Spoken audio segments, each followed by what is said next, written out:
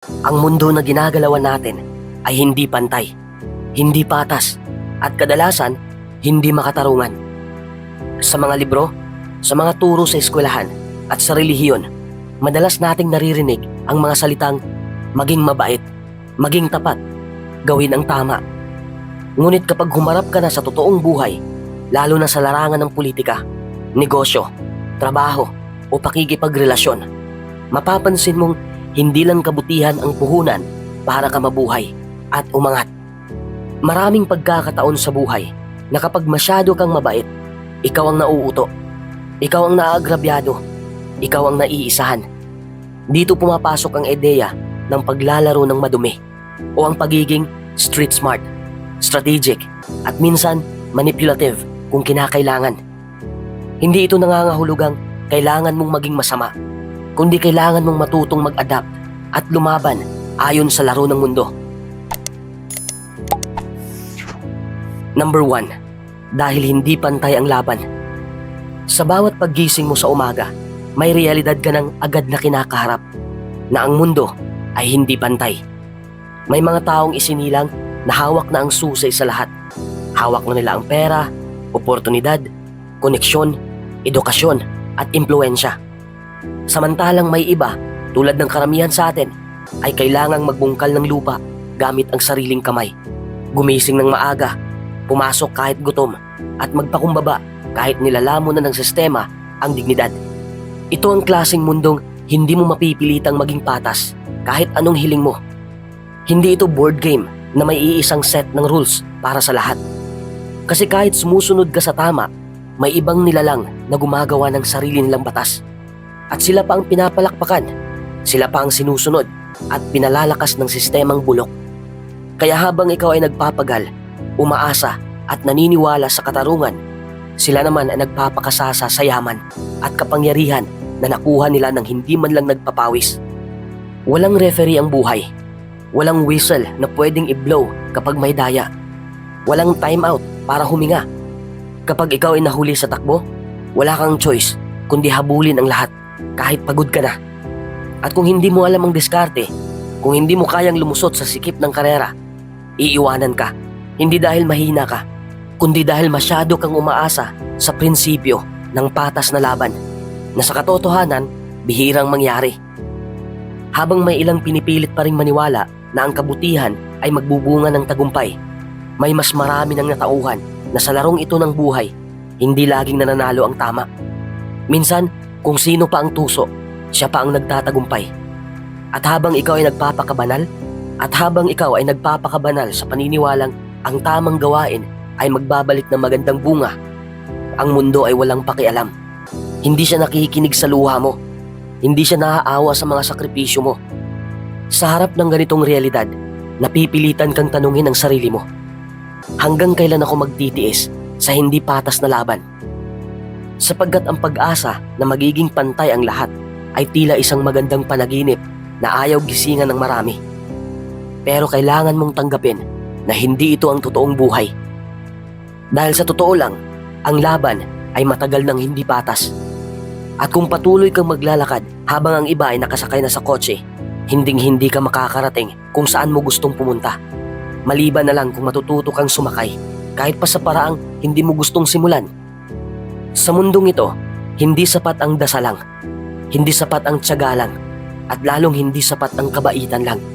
Kasi hindi ito laro ng moralidad, laro ito ng kapangyarihan, ng diskarte, at ng matinding tibay ng loob na kahit hindi patas ang laban, kaya mong hindi lang sumabay, kundi iwanan ang mga nauna.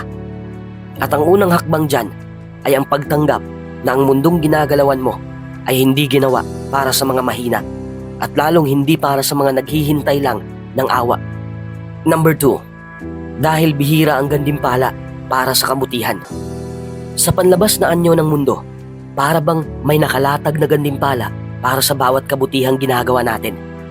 Parang may universal na batas na nagsasabing kung ikaw ay tapat, masipag at mabait, darating din ang grasya sa'yo. Yun ang ideal. Yun ang paniniwala ng marami. Pero sa tunay na takbo ng buhay, mapapansin mong hindi palaging ganun ang nangyayari. Minsan, parang kabaligtaran pa. Habang pinipilit mong gawin ang tama, habang iniiwasan mong makasakit, habang nagpapakumbaba ka at sumusunod sa alituntunin, parang lalo ka pang naaagrabyado. Parang ikaw pa ang nalulugi, ikaw ang naiiwan, ikaw ang hindi napapansin. Tila ba hindi ka naririnig ng mundo kapag ikaw ay tahimik? Tila ba hindi ka nakikita kapag pinili mong huwag manapak? At sa pagitan ng katahimikan at kaguluhan, laging mas napapansin ang maiingay, ang agresibo, at ang marurumi ang laro. May mga araw na mapapaisip ka, may saysay ba talaga ang pagiging mabuti kung tila walang nakakakita? Kung tila walang nagmamalasakit? Kapag nauubos na ang pasensya mo, kapag paulit-ulit kang napapaso sa sarili mong kabutihang loob, unti-unti mong mararamdaman na ang mundong ito ay hindi laging patas at ang sistema na iniikutan natin ay hindi palaging kinikilala ang tama bilang tama. Hindi mo man gustuhin, pero minsan mapapansin mong ang inaasahang gantimpala ay tila hindi dumadating sa mga gumagawa ng mabuti, kundi sa mga marunong dumiskarte. At doon mo mararamdaman ang mabigat na katotohanan. Ang kabutihan sa mundong ito ay hindi palaging may kapalit, hindi palaging sinusuklian. Minsan, kailangan mong tanggapin na ang pagiging mabuti ay isa lang sa maraming paraan para mabuhay. Hindi ito garantiya ng tagumpay, hindi ito siguradong daan sa kapayapaan, at lalong hindi ito laging nagdudulot ng ginhawa. Kaya habang pinipili mong maging mabuti, dapat ding sabayan mo ito ng pagkaalam kung kailan ka lalaban, kung kailan ka hindi papayag, kung kailan mo ipaglalaban ang sarili mo. Dahil kung hihintayin mo lang na gantimpalaan ka ng mundo dahil naging tapat ka, baka abutin ka ng habang buhay sa kahihintay. Baka ang kabutihang inaasa mo ay hindi talaga galing sa labas, kundi sa loob. At ang totoong gantimpala ay kung paanong natutunan mong lumaban, hindi lang bilang isang mabuting tao, kundi bilang isang matatag at marunong sa mundong hindi palaging patas. Number 3, dahil marami ang mapagsamantala. Sa mundo ngayon, hindi na sapat ang maging mabait dahil sa likod ng mga ngiti, marami ang may tinatagong motibo. Isa ito sa mga pinakamasakit na leksyon na kailangang matutunan ng isang taong walang mali siya. Yung tipo ng tao na akala'y kapag mabuti ka sa iba, ay ganun din ang isusukli sa'yo. Pero hindi ganun ang realidad. Sa likod ng mga kasyual na kamustahan, sa mga pangakong puno ng lambing, sa mga sinasadyang pagtulong, marami riyan ang may hinihintay na pagkakataon para kagamitin. Ang tao kasi, kapag nakita kang palaging nagbibigay, palaging umuunawa, palaging nagpaparaya, uunahin nilang i-test kung hanggang saan ang hangganan mo. At kapag nakita nilang hindi ka marunong lumaban, hindi ka marunong magsabi ng tama na, hindi ka marunong tumanggi, gagawin kang target. Hindi dahil galit sila sa'yo, kundi dahil alam nilang kaya ka nilang manipulahin. At ang masaklap, gagawin nila itong parang normal lang, parang ikaw pa ang may kasalanan kung bakit ka nasasaktan. Hindi laging lantaran ang pananamantala. Minsan, nakabalot ito sa mga salitang, para sa'yo rin to. Maliit na pabor lang naman. Pero ang totoo, unti-unti kang inuubos. Inuubos ang tiwala mo sa sarili. Inuubos ang pasensya mo, ang oras mo, ang pangarap mo. At kapag ubos ka na, kapag wala ka nang maibigay, kapag napagod ka nang umintindi, iiwan ka rin nila. Sapagkat ang habol lang nila ay kung anong makukuha nila mula sa'yo. Kapag wala ka ng silbi, wala ka na ring halaga sa kanila. Masakit tong katotohanan na to, pero ito ang dapat mong yakapin para hindi ka mabitag. Kapag hindi mo alam na maraming mapagsamantala, lalo kang nagiging biktima. Kaya ang unang hakbang ay ang pagiging mulat. Maging mapagmasid, maging marunong, hindi para mawalan ka ng tiwala sa lahat ng tao, kundi para alam mo kung kanino lang dapat ibuhos ang tiwala mo. Dahil ang tiwala ay parang baso. Kapag nabasag, mahirap buuin. At hindi lahat ng tao ay marunong humawak nito ng may pag-iingat. Ang totoo, hindi mo kontrolado ang intensyon ng ibang tao, pero kontrolado mo kung paano ka magre-react, paano ka magtatakda ng boundaries, paano mo ipaglalaban ng respeto sa sarili mo. Ang pagiging mabait ay hindi kahinaan, pero ang sobrang kabaitan na walang karunungan ay nagiging paanyaya para abusuhin ka. Kaya sa mundong puno ng mapagsamantala, hindi masama ang maging mabait, basta marunong ka rin manindigan. Ang mapagsamantala ay lalapit at lalapit. Pero kung ikaw ay buo, matibay at hindi basta-basta nagpapagamit, ikaw mismo ang magiging hangganan nila. At sa bawat pagtatanggol mo sa sarili mo, natututo ka, lumalakas ka, at mas lalong hindi ka na mauulit na gawing biktima ng mga taong ang alam lang ay ang kumuha pero hindi kailanman marunong magbalik. Number 4, dahil lahat ng tao may sariling interes. Sa pinakapayak na katotohanan ng buhay, isa ito sa pinakahindi lantad pero makapangyarihang puwersa sa likod ng maraming kilos ng tao. Lahat ng tao may sariling interes. Ibig sabihin, kahit gaano ka pa-close sa isang tao, kahit gaano siya kabait, kahit gaano siya kagaling magsalita ng ikaw muna, para sa'yo to, kayo ang inuuna ko. Sa dulo, may iniisip siyang kapakinabangan para sa sarili niya. Hindi laging masama to, pero laging totoo. Ito ang dahilan kung bakit kadalasan, kapag may mga desisyon na kailangang gawin, hindi laging ikaw ang pipiliin. Hindi laging ang tama ang pipiliin, kundi kung ano ang makakabuti para sa kanya, kung saan siya makikinabang, kung saan siya komportable, kung saan siya hindi talo. At kung hindi mo ito naiintindihan, paulit-ulit kang masasaktan, magtataka at maguguluhan sa mga tanong na, bakit niya ako iniwan? Bakit niya ako ginamit? Akala ko ba kasama kami sa laban? Hindi ibig sabihin ito na masama ang lahat ng tao. Ang ibig lang sabihin, likas sa tao ang instinct na protektahan ang sarili bago ang iba. At sa mundo ngayon, kung saan puro kompetisyon, puro survival, puro takbuhan ng oportunidad, hindi ka pwedeng laging umaasa na may ibang magsasakripisyo para sa'yo. Ang totoo, karamihan ay hindi. Dahil may sarili silang laban, may sarili silang dahilan kung bakit ginagawa nila ang ginagawa nila. Kapag naunawaan mo ito, magbabago ang pananaw mo. Hindi ka na laging umaasa. Hindi ka na laging nagtatanong kung bakit. Hindi ka na rin basta-basta nagpapaubaya. Kasi naiintindihan mo na, hindi ikaw ang sentro ng mundo ng kahit sinong tao, pati ng mga pinakamalalapit sa'yo. Sa dulo, may sarili silang layunin, may sarili silang direksyon, may sarili silang pakay na minsan hindi ka kasali. At kung hindi ka handa roon, madudurog ka. Ang mundo ay hindi paligsahan ng kabaitan, kundi ng katatagan. Kaya kung ang mga tao ay gumagalaw ayon sa sarili nilang interes, ikaw rin kailangan mong matutong i-prioritize ang sarili mo. Hindi selfishness ang tawag doon. Awareness ang tawag doon. Maturity. Survival instinct. Kasi kapag hindi mo pinangalagaan ang sarili mo, kapag hindi mo nilinaw kung ano ang hangganan ng pakikisama at pagsasakripisyo mo, mapapagod ka sa kakauna sa ibang tao. Habang sila, matagal ka na palang iniwan sa dulo. Minsan kailangan mong tanggapin ang mga taong akala mong kakampi ay kakampi lang habang may napapala. Ang mga taong akala mong para sa'yo ay para lang sa sarili nila. At kung hindi mo ito matanggap, palagi kang mabibigo. Kaya habang maaga, buksan mo na ang mata mo. Hindi para tumigas ang puso mo, kundi para tumibay ang loob mo. Dahil sa mundong ito, ang pinakaunang tungkulin mo ay hindi ang maging mabait sa lahat, kundi ang maging matatag para sa sarili mo. At kapag natutunan mong tanggapin na lahat ng tao ay may sariling agenda, mas nagiging malinaw kung sino talaga ang dapat mong pagkatiwalaan. Mas nagiging maingat ka sa pagbibigay, mas nagiging totoo ka sa sarili mo. At sa bandang huli, ikaw ang hindi basta-basta natitinag. Kasi alam mong sa mundong ito, walang palaging kakampi, kundi ang sarili mo mismo. Number 5, dahil may mga panahong kailangan mong maging masama para gawin ang tama. Hindi ito madaling lunukin kasi buong buhay natin itinuro sa atin na ang kabutihan ay kabutihan at ang kasamaan ay kasamaan. Walang gitna, walang halo. Pero habang tumatagal tayo sa mundong to, habang nahaharap tayo sa masalimuot na mga sitwasyon, unti-unting nababasag ang perpektong pananaw na yon.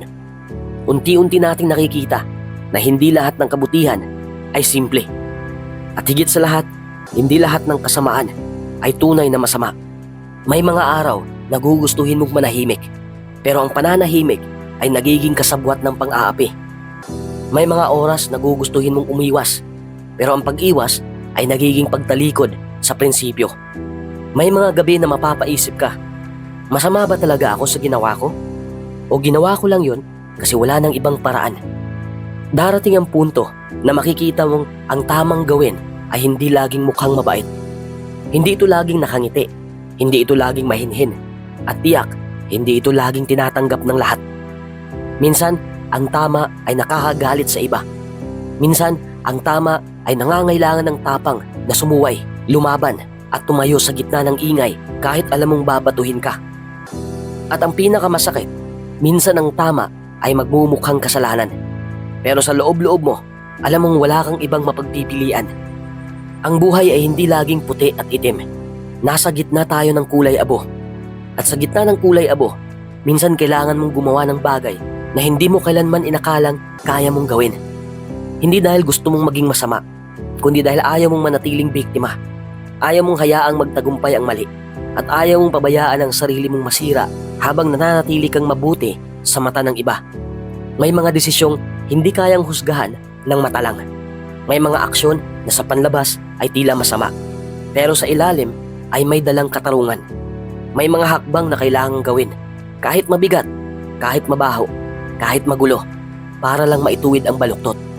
At dito mo makikita ang tunay na lakas, hindi sa pagsunod sa lahat ng batas at panuntunan, kundi sa kakayahang pumili ng tama kahit mukhang mali sa paningin ng mundo. Kaya kung dumating ang panahong yon, yung sandali na kailangan mong gumamit ng tapang na may kasamang talim, yung sandaling kailangan mong magbitaw ng salita o kilos na hindi inaaprubahan ng karamihan, huwag kang matakot. Hindi lahat ng kabutihan ay nakabalot sa katahimikan. At hindi lahat ng kasamaan ay galing sa pusong masama. Minsan, ang kailangan mo lang gawin ay yakapin ang katotohanan ito. Ang paggawa ng tama ay hindi palaging mukhang mabuti. At doon, sa pagtanggap na yon, nagsisimula ang tunay na kalayaan. Number 6. Dahil hindi lahat ng digmaan ay nadadaan sa dasal o kabutihan lang. Marami sa atin ang lumaki sa paniniwalang ang kabutihan at pananampalataya ay sapat na sandata para malampasan ang lahat ng pagsubok sa buhay. Tinuro sa atin na kapag mabuti kang tao, kapag marunong kang magdasal, at kapag hindi ka nananakit ng kapwa, ay gagandipalaan ka ng langit at protektado ka laban sa kasamaan. Pero habang tumatanda ka, habang mas lumalalim ang paglalakbay mo sa totoong mundo, unti-unti mong nauunawaan na hindi ganun kadaling mabuhay kung dasal lang at kabutihan ang baon mo. Ang katotohanan ay ito, may mga labang kahit anong kabaitan mo, hindi ka rirespetuhin. Kahit ilang beses kang magdasal, hindi basta-basta mababago ang sistema. Hindi dahil kulang ang pananampalataya mo, kundi dahil may mga labang ang hinihingi ay hindi lang pananalig, kundi lakas ng loob, diskarte, at kakayahang gumamit ng kapangyarihang meron ka. May mga sitwasyong hindi na kayang solusyonan ng katahimikan, hindi na sapat ang pangingiti, at lalong hindi uubra ang pagiging martir.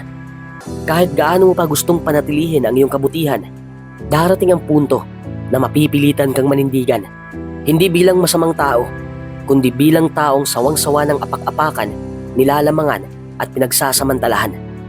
Hindi ito usapin ng pagiging banal o makasalanan. Ito ay usapin ng pagkatao, ng karapatan, at ng survival. Sa mundo ngayon, kung saan ang ingay ang pinapakinggan, kung saan ang mapangahas ang nauuna, kung saan ang tuso ang umaangat, ang sobrang bait ay nagiging panganib. Oo, totoo na ang dasal ay makapangyarihan. Totoo na ang kabutihan ay kailanmay hindi mawawala ng saysay. Pero kapag ang paligid mo ay puro nanlalamang, puro madaya, at puro mapagsamantala, paano ka uubra kung ang armas mo lang ay kabaitan? Kailangan mong maintindihan, may mga laban na kailangang harapin ng may tapang at disiplina, hindi puro dasal.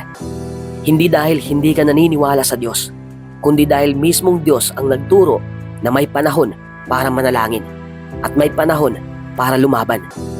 Ang pananampalataya ay hindi dahilan para manatili kang tahimik habang inaapi. Ang kabutihan ay hindi lisensya para tumalikod sa responsibilidad mong ipaglaban ang sarili mo kapag sinasaktan ka na. Sa bawat digmaan sa buhay, emotional man, mental o physical, kailangan mong tanungin ang sarili mo, sapat pa ba ang panalangin at kabaitan o panahon na ba para gumamit ng ibang taktika?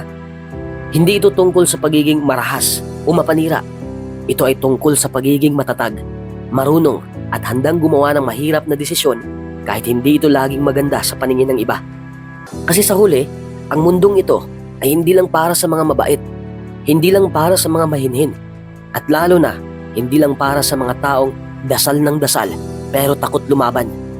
Ang mundong ito ay para sa mga may pananalig pero may paninindigan, para sa mga marunong magpakumbaba pero marunong ding sumuntok kung kailangan, para sa mga taong hindi lang basta mabait kundi matapang. Sapagkat sa gulo ng mundong ito, hindi lahat ng digmaan ay nadadaan sa dasal o kabutihan lang. Number 7, dahil mas mapanganib maging inosente kaysa maging marunong. Sa mundong puno ng panlilinlang, pagpapanggap at kompetisyon, ang pagiging inosente ay hindi lang simpleng kahinaan. Ito ay isa sa mga pinakamapanganib na estado ng pagkatao. Ang inosente ay kadalasang hindi pa wasak ang paningin sa katotohanan. Naniniwala siya na ang lahat ng tao ay may mabuting intensyon, na sapat na ang katapatan para umasenso, na ang kabutihan ay palaging ginagantimpalaan.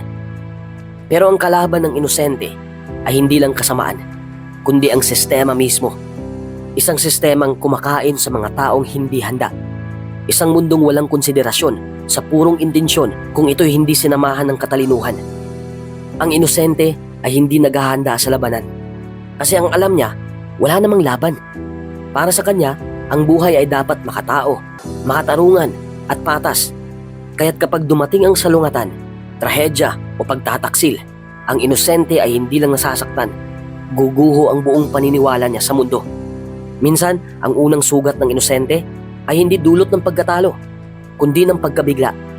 Shock, kasi hindi niya akalaing posible pala ang ganitong klase ng sakit, panlilinlang o pang-aapi. At dahil hindi niya ito inaasahan, wala siyang sandata, walang pananggalang, walang backup plan. Sa bawat oras na ginugol mo sa paniniwalang lahat ay mabuti, may isang oras na ginamit ng iba para planuhin kung paano ka gagamitin. Sa bawat panahong nanalig ka na ang katapatan ay sapat, may isang taong ginamit ang iyong tiwala para makaungos. Ang inosente ay nananatiling hindi handa dahil pinipilit niyang maniwala na hindi kailangan ang paghahanda. Pero ang mundo ay hindi umaayon sa paniniwala ng inosente. Umaayon ito sa diskarte ng marunong. Ang marunong ay hindi nawalan ng kabutihan, ngunit natuto siyang maging mapanuri, mapagbantay at mapagmatsyag. Marunong tumingin sa likod ng ngiti, marunong magsuri ng intensyon, marunong dumiskarte kahit hindi palaging tama sa mata ng iba. Ang marunong ay handa sa katotohanang hindi lahat ng tao ay totoo. Hindi lahat ng sistema ay patas. Hindi lahat ng pinapangako ay tinutupad. At dahil handa siya, mas malaki ang tsansang mabuhay, makabangon at lumaban. Hindi kasalanan ang pagiging inosente. Pero sa mundong ito, ang inosente ay madaling mabiktima, madalas maloko at kadalasang naaagrabyado. Kaya habang maaga pa, kailangang magising. Kailangang tanggapin na hindi lahat ng bagay ay dapat pagtiwalaan agad. Hindi lahat ng sitwasyon ay dapat salubungin ng bukas palad na puso. Minsan, ang kailangan ay saradong kamao, matalim na mata at pusong handang lumaban para sa sariling kapakanan. Minsan, ang pinaka-nakakagulat na katotohanan ay ito. Ang inosente ay hindi pinoprotektahan ng kanyang kabutihan. Hindi siya sinasagip ng kanyang kalinisan. At sa dulo, kung hindi siya matututo, siya ang unang malulunod sa sistemang kinikilala lang ang matatag, marunong at handang makipagsabayan. Sa huli, hindi natin sinasabi na talikuran ang kabutihan. Ang sinasabi natin ay huwag mong hayaang ang kabutihan mo ang maging dahilan ng pagkawasak mo. Matuto, maging matalino, maging mapagmatsyag, sapagkat sa panahon ngayon, ang inosente ay laging unang natatalo. Number 8, may mga tao talagang wala silang pakialam sa iyong damdamin. Sa mundong ginagalawan natin, isa sa pinakamahirap tanggapin pero kailangang malaman ay ang katotohanang may mga tao talaga na wala silang pakialam sa iyong damdamin, sa iyong pinagdadaanan o sa iyong mga pangarap. Hindi ito nangangahulugan na sila ay masama, kundi isa itong realidad na dapat nating harapin upang hindi tayo palaging masaktan o mabigo. Kapag umaasa ka na lahat ng tao ay magiging sensitibo, magiging maunawain at magbibigay halaga sa iyong mga emosyon, Madalas ka lang mabibigo dahil sa hindi lahat ay ganon ang pag-iisip o pagkatao. Sa maraming pagkakataon, makikita mo na ang ilan ay mas inuuna ang kanilang sariling interes kaysa sa pakikiramay sa'yo. Hindi nila iniintindi kung paano ka naapektuhan o kung anong laban ang iyong kinakaharap. Sila ay mas abala sa kanilang mundo, mga plano at mga pangarap. Kaya't ang damdamin mo ay nagiging background noise na lang sa kanilang buhay. Minsan, ang mga taong ito ay hindi sadyang masama. Baka nga abala lang sila o hindi nila talaga alam kung paano maging sensitibo sa nararamdaman ng iba. Pero sa dulo, ang epekto nito sa'yo ay pareho. Pakiramdam mong nag-iisa ka, na walang nakikinig o nagmamalasakit. Dahil dito, matututuhan mong huwag na masyadong umasa o magpakatanga sa ibang tao pagdating sa iyong emotional na kalagayan. Kailangan mong matutong maging matatag. Matuto kang magharap sa mga problema kahit walang malapit na sasandalan. Kapag napagtanto mo na hindi lahat ay may malasakit, mas malakas ang loob mong protektahan ang sarili mo. Hindi mo na hinahanap ang approval o sympathy ng iba para lang maging okay ang pakiramdam mo. Nagsisimula kang gumawa ng mga hakbang para ayusin ang sarili mo kahit na walang sumusuporta o walang nagsasabi ng kaya mo yan. Mahalagang tandaan na hindi ka obligadong maging bukas sa lahat. Hindi mo kailangang ibahagi ang iyong kalungkutan o problema sa mga tao na hindi naman talaga nagbibigay halaga. Sa halip, mas maganda na mag-focus ka sa pagbuo ng sarili mong emotional resilience, sa paghasa ng iyong kakayahan na tumayo kahit walang ibang humawak sa kamay mo. Dahil kapag natutunan mo na ito, magiging mas malaya ka. Hindi ka na magiging sobra ang pangangailangan sa pagkilala o pakikiramay ng iba, kaya hindi ka na madaling madala o masaktan. Hindi rin naman ibig sabihin na lahat ng tao ay ganito. May mga taong tunay na may malasakit. Pero ang aral dito ay hindi lahat ng tao ay kailangang pag-asaang intindihin o damayan ka. Sa mundo, kailangan mo ring maging matalino sa pagpili kung kanino mo ibabahagi ang puso mo. Dahil may mga tao talagang hindi ito pahalagahan o gagamitin pa ito laban sa'yo. Kapag naiintindihan mo ang katotohanan ito, nagsisimula kang magbago ang pananaw mo sa buhay. Nakakabuo ka ng proteksyon sa sarili mo na hindi nakabase sa panlabas na pag-aproba. Nagiging mas malaya ka sa emotional manipulation at sa mga taong hindi marunong magmahal ng tunay. Mas nagiging matatag ang iyong sarili at mas lumalakas ang iyong loob na harapin ang anumang pagsubok nang hindi umaasa sa ibang tao para sa iyong kaligtasan. Sa huli, ito ang isang malupit na aral ng buhay na kailangang matutunan upang hindi ka madala o masaktan ng mga taong walang paki sa iyong damdamin. Kung paano ka magpapakatatag ay nakasalalay sa pagtanggap mo ng katotohanan na hindi lahat ay nararapat bigyan ng lugar sa puso mo, lalo na kung sila ay walang malasakit o malasakit lang sa kanilang sariling mundo. Hindi ka nilikhang maging inutil. Hindi ka isinilang sa mundong ito para lang apak-apakan, para lang lukohin, pagsamantalahan o gawing panakibutas ng iba. Hindi ka nilikha para lang magtiis habang ang iba ay umahakot ng yaman, kapangyarihan at kaligayahan sa pamamagitan ng pandaraya, habang ikaw ay tahimik lang na nanonood, umiiyak sa isang sulok at nagtataka kung kailan darating ang katarungan. May utak ka, may puso ka, may lakas ka. Kahit pa sinubukan ng mundo na kunin lahat yan sa'yo, kahit pa ulit-ulit kang sinabihan na magtiis, magpatawad, maging mabait na lang, dumating na ang panahon para tanungin mo ang sarili mo. Hanggang kailan? Hanggang kailan mo hahayaan ang mundo na paikutin ka, na gamitin ka at baliwalain ka? Hindi ka inutil, hindi ka mahina, hindi mo lang pa ginagamit ang buong potensyal mo dahil natututo ka pa. Pero ngayon, dapat mong tanggapin ang totoo.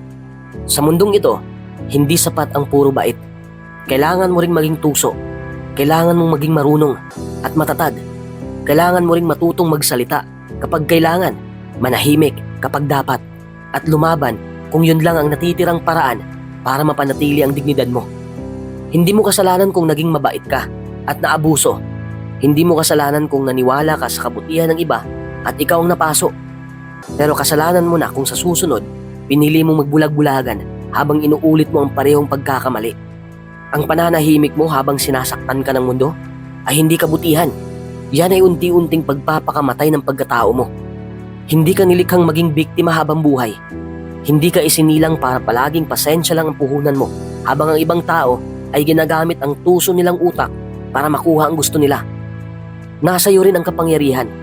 Nasa iyo rin ang karapatang magdesisyon kung kailan mo ilalaban ang sarili mo at kung kailan mo titigilan ang pagiging martir para sa mga taong walang konsensya. Wala kang utang na loob sa mundong nanakit sa'yo. Ang tanging responsibilidad mo ay ang protektahan ang sarili mo at buuin ang sarili mong daan. Kung ang kabaitan ay ginagantihan ng panluloko, matuto ka. Kung ang pananahimik ay sinasamantala, magsalita ka. Kung ang pag-uurong mo ay iniisip nilang kahinaan, ipakita mong mali sila. Hindi mo kailangang magpaliwanag sa lahat. Hindi mo kailangang magpaalam kung kailan ka magbabago.